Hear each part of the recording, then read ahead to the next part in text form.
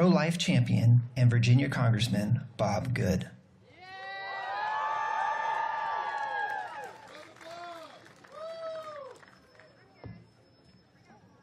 Thank you for being here this morning for no greater cause than the cause of life. The number one responsibility of government is the safety and security of its citizens, and that includes the most vulnerable, most precious, most innocent of all, life in the womb. Thank you for standing up for life. We celebrate now the 2-year anniversary of the final, merciful, at long last, overturning of the disastrous Roe v. Wade decision, the only decision in the history of the court that cost over 60 million lives. And we celebrate President Trump appointing conservative justices to the Supreme Court who would give us that decision.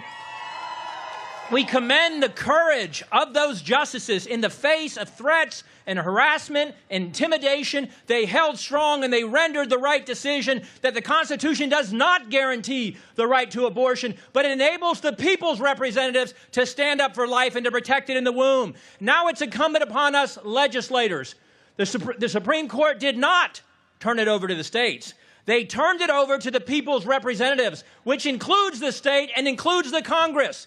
And may we show the same courage that those Supreme Court justices showed in standing up to protect precious, innocent life from conception. We should not be in the business of negotiating the timeline of abortion, when it is okay, when it's not okay. No, we must recognize the science that life indeed does begin in the womb at conception, and that all life deserves to be protected. Sadly, abortion remains the number one killer in America today. It's the only killer in America today that exceeds heart disease and cancer. It is abortion that claims nearly 1 million lives a year. Many of those, the majority now, the mail order type abortions where they're done with the abortion pill at home, where the mother doesn't even have the presence of a so-called medical practitioner to help her with the undoubted harm that comes not just psychologically, emotionally, and spiritually as she struggles and wrestles with that decision going forward after that for all time, but also whatever health concerns may come from that mail order abortion. The law doesn't even require that a physician have a consultation in advance or be present or even a follow-up, as abortion, again, remains the number one killer in this country. Now it's up to us legislators. You hear many in our movement, I call it the Great Departure.